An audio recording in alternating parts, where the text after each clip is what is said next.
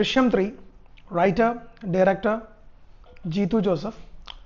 So, franchise in the third part starring Mohanlal, Meena, അതുപോലെ തന്നെ എസ്തർ, നമ്മുടെ അൻസിബ ഒരു ക്യാരക്ടർ മെയിൻ ആയിട്ടുള്ള ഇവർ നാലുപേരാണ് മെയിൻ ആയിട്ടുള്ളത്. അതിൻ്റെ പുറമെ വന്നിട്ട് ഇതിൻ്റെ അകത്ത് പുതുതായിട്ട് വരുന്ന ആൾക്കാരാണ് വീണ നന്ദകുമാർ, പിന്നെ അതുപോലെ തന്നെ മുംബൈയുള്ള കുറേ ആൾക്കാർ, അതായത് നമ്മുടെ ദിനേശ് പ്രഭാകർ, ഗണേഷ് കുമാർ, അതുപോലെ തന്നെ മുരളി ഗോപി, ഇർഷാദ്, ആന്റണി പെരുമ്പാവൂർ, അങ്ങനെ ഫ്രാഞ്ചൈസിലുള്ള മുമ്പേ തന്നെ നമ്മൾ കണ്ടിട്ടുള്ളതായിട്ടുള്ള ആൾക്കാരൊക്കെ ഇതിൻ്റെ അകത്ത് വരുന്നുണ്ട്. സോ ജിത്തു ജോസഫിൻ്റെ ഇതിൽ തന്നെ തുടങ്ങാം. കാരണം ദൃശ്യം 3 ഒക്കെ വന്നിട്ട് ഞാൻ പറഞ്ഞില്ല, ഒരുപാട് കാര്യങ്ങൾ നമുക്ക് റിവീൽ ചെയ്യാനും പറ്റില്ല. കാരണം ഗുഡ് ഓർ ബാഡ് അത് ഒരു സ്പോയിലറായിട്ട് തന്നെ മാറാം. സോ എനിക്ക് കാണുന്ന ആൾക്കാർക്ക് അത് ബുദ്ധിമുട്ടുണ്ടാക്കും. സോ ജിത്തു ജോസഫിൻ്റെ പെർസ്പെക്റ്റീവ് തന്നെ തുടങ്ങാം. സോ ജിത്തു ജോസഫ് ഈ ദൃശ്യം 3 ആലോചിക്കുന്നത് തന്നെ വന്നിട്ട് പുള്ളിക്ക് അറിയാം, ദൃശ്യം 2യുടെ സമയത്ത് തന്നെ പുള്ളിക്കാരൻ അറിയാം ദൃശ്യം 3 എങ്ങനെയാണ് എൻഡ് ചെയ്യേണ്ടതെന്നുള്ളത്. സോ ആ എൻഡ് പുള്ളിയുടെ മനസ്സിൽ വെച്ചതിന് ശേഷം പിന്നെ പുള്ളി സ്ക്രീൻ പ്ലേയിലോട്ട് പോവുകയാണ് ചെയ്തിട്ടുള്ളതെന്നാണ് എനിക്ക് പുള്ളി പറഞ്ഞിട്ടുള്ളത്. പിന്നെ പുള്ളിയും പറഞ്ഞിട്ടുണ്ട് ദൃശ്യം 1ഉം ദൃശ്യം 2ഉം ആയിട്ട് നോക്കുന്ന സമയത്ത് ഒരു ഡ്രമാറ്റിക് ആയിട്ടുള്ള ഒരു ഇമോഷണൽ ആയിട്ടുള്ള ഒരു പെർസ്പെക്റ്റീവിലാണ് ആക്ച്വലി ദൃശ്യം 3 ഉള്ളത്, വിച്ച് ഈസ് സെറ്റ് ഫോർ ദൃശ്യം 2 ഓൾസോ. ദൃശ്യം 2നും ഇത് തന്നെയാണ് പുള്ളി പറഞ്ഞത്. അതുകൊണ്ട് തന്നെ ദൃശ്യം ജിത്തു ജോസഫ് എടുക്കുന്ന സമയത്ത് അത്തരത്തിലുള്ള ഒരു ഹൈപ്പ് കുറയ്ക്കാൻ ശ്രമിച്ചു കഴിഞ്ഞാലും പ്രേക്ഷകന്റെ ഇടയിലുള്ള ഒരു ഹൈപ്പ് കുറയുന്നൊന്നും എനിക്ക് പേഴ്സണലി തോന്നുന്നില്ല. പുള്ളി എന്ത് തന്നെ പറഞ്ഞാലും ഇപ്പം ഈവൻ ദോ അത് ജിത്തു ജോസഫ് ചെയ്തിട്ടുള്ള ഇതിന് മുമ്പിലുള്ള സിനിമകളൊക്കെയും വന്നിട്ട് ഒരുപാട് ഭയങ്കരമായിട്ട് പോകാത്തപ്പോഴും കുറേ വിമർശനങ്ങൾ വന്നപ്പോൾ പോലും ദൃശ്യം സ്റ്റാൻഡ് അലോൺ ആയിട്ട് വന്നിട്ടെന്ന് വെച്ചാൽ ജിത്തു ജോസഫ് എന്ത് തന്നെ ഹൈപ്പ് കുറക്കാൻ ശ്രമിച്ചാലും അതുണ്ടാവില്ല. പക്ഷെ എന്നാൽ പോലും ഒരു ഭയങ്കരമായിട്ടുള്ള ബുക്കിംഗ് ഒന്നും ആക്ച്വലി അഡ്വാൻസിൽ ഉണ്ടായിരുന്നില്ല. ബട്ട് ഇന്നലെ രാത്രിയോടുകൂടി ആക്ച്വലി പിക്കപ്പ് ആയിട്ടുള്ള സംഭവമാണ്. സിനിമയിലേക്ക് വരുന്ന സമയത്ത് വെച്ചാൽ ആസ് ഹി സെഡ് ഒരു ഇമോഷണൽ ആയിട്ടുള്ള ഒരു പെർസ്പെക്റ്റീവിലൂടെയാണ് പോകുന്നത്. മോഹൻലാൽ ജോർജ് കുട്ടിയുടെ ക്യാരക്ടറുടെ ഒരു ഇമോഷണൽ ആയിട്ടുള്ള ഒരു റോളർ കോസ്റ്ററാണ് ആക്ച്വലി ദൃശ്യം 3 എന്ന് പറയുന്നത്. അപ്പോൾ ഇതിൻ്റെ അകത്ത് എന്ന് വെച്ചാൽ പുതിയ കുറച്ച് ക്യാരക്ടേഴ്സ് വരുന്നത്. ഈ ക്യാരക്ടേഴ്സ് ഒക്കെ റെലവൻ്റ് ആണോ, ഈ ക്യാരക്ടേഴ്സ് എന്തെങ്കിലും പുതിയ എൻഹാൻസ്മെൻറ്റ് ആക്ച്വലി ഈ സിനിമയ്ക്ക് വേണ്ടി ചെയ്യുന്നുണ്ടോ, ഇതിൻ്റെ ഒരു സ്ക്രീൻ പ്ലേ പോകുന്ന വഴി കഴിഞ്ഞ ദൃശ്യം 1ഉം ദൃശ്യം 2ഉം പോലെ ക്ലിയറർ ആണോ എന്നൊക്കെയുള്ള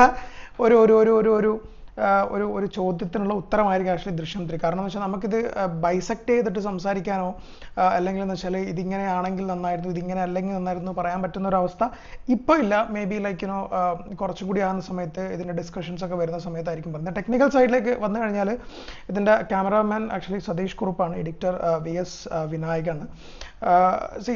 മേക്കിംഗ് ഒക്കെ വന്നിട്ടെന്ന് വെച്ചാൽ നോർമൽ ഒരു ദൃശ്യം 2യുടെ അത്ര മികവുണ്ടോ എന്ന് ചോദിച്ചാൽ ആക്ച്വലി ഇല്ല. എനിക്കെന്തോ പേഴ്സണലി വന്നിട്ട് അങ്ങനെയാണ് ഫീൽ ചെയ്തിട്ടുള്ളത്. പക്ഷേ ഈ സിനിമ ഒരു സ്ലോവർ ടോണിൽ പോകുന്നൊരു സിനിമയാണ്. പ്രത്യേകിച്ച് ഇതിൻ്റെ ഫസ്റ്റ് ഹാഫ് എന്ന് പറയുന്ന സമയത്തേക്കെന്ന് വെച്ചാൽ ഭയങ്കരമായിട്ടൊരു സ്ലോവർ ടോൺ സെറ്റ് ചെയ്ത്. ബട്ട് ഓഡിയൻസ് ഈസ് റെഡി എന്നുള്ളതാണ്. ഓഡിയൻസ് വന്നിട്ടെന്ന് വെച്ചാൽ ഫസ്റ്റ് ഹാഫ് നിങ്ങൾ എങ്ങനെ വേണ്ടെങ്കിലും സ്ലോ ആയിക്കോളൂ, okay, we are ready for that. പക്ഷേ ഈവൻ എന്നോട് പേഴ്സണലി തോന്നുമെങ്കിൽ എനിക്ക് പേഴ്സണലി വന്നിട്ട് ഇത് ഭയങ്കരമായിട്ടുള്ള സർപ്രൈസിങ് ആയിട്ടുള്ളൊരു സിനിമയായിരിക്കണം. ദൃശ്യം 2 പോലെ വന്നിട്ട് നമ്മുടെ മോഹൻലാലിൻ്റെ വക്കീൽ ഞെട്ടിത്തെരിക്കുന്ന പോലെ ഞെട്ടിത്തെരിക്കണം എന്നൊക്കെയുള്ള പെർസ്പെക്റ്റീവ് എനിക്ക് ഇതിൻ്റെ അകത്തില്ല. ബട്ട് സ്റ്റിൽ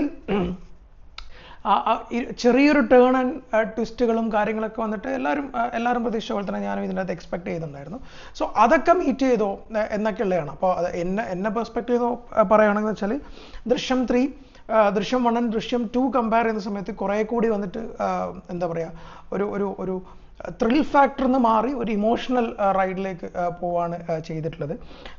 ഒരു കാര്യം പറഞ്ഞേ പറ്റൂ, ഇതിനകത്ത് ആക്ച്വലി ഞാൻ നേരത്തെ പറഞ്ഞ പോലെ നന്നായോ പുതിയ ക്യാരക്ടേഴ്സ് നന്നായോ അല്ലെങ്കിൽ വന്നിട്ട് പഴയ ക്യാരക്ടേഴ്സിന് വന്നിട്ട് കുറേ കൂടി ആർക്ക് കിട്ടിയോ. വീണ നന്ദകുമാർ ആക്ച്വലി പുള്ളിക്കാരിയൊക്കെ വന്നിട്ടെന്ന് വെച്ചാൽ എന്താ പറയുക ഒരു വയ്യാത്ത പോലത്തെ ലിറ്ററലി നമുക്ക് ഒരു കണക്ട് വരുന്നില്ല പുള്ളിക്കാരി ശ്രമിക്കുന്നത്. നേരെ മറിച്ച് ദൃശ്യം 2ൽ വന്നിട്ട് പോലീസുകാരിയോട് ഇമ്മീഡിയറ്റ്ലി നമുക്ക് കണക്ട് ഉണ്ടാവുന്നുണ്ട്. പക്ഷേ ഈ വീണ നന്ദകുമാറിൻ്റെ ക്യാരക്ടറിനോട് നമുക്കൊരു കണക്ട് ഫീൽ ചെയ്യുന്നില്ല. At the same time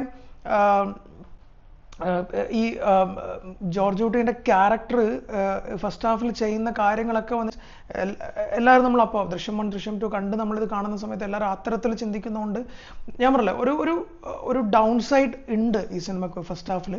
but still എനിക്കിതിനകത്ത് ഏറ്റവും കീ ടേക്ക് അവേ ആയിട്ട് ഞാൻ ഇതിനെ കാണുന്നത് വെച്ചാൽ ജിത്തു ജോസഫ് കൺസീവ് ചെയ്തിട്ടുള്ള, അല്ലെങ്കിൽ ജിത്തു ജോസഫിനാണ് ഹോൾ ലിബർട്ടി ഉള്ളത്. ഈ സിനിമ എങ്ങനെ പോകാം, എങ്ങനെ അവസാനിപ്പിക്കാം എന്നുള്ള ഒരു നാച്ചുറൽ എൻഡ് കൊടുക്കാൻ പറ്റുന്ന ആൾ ജിത്തു ജോസഫ് മാത്രമാണ്.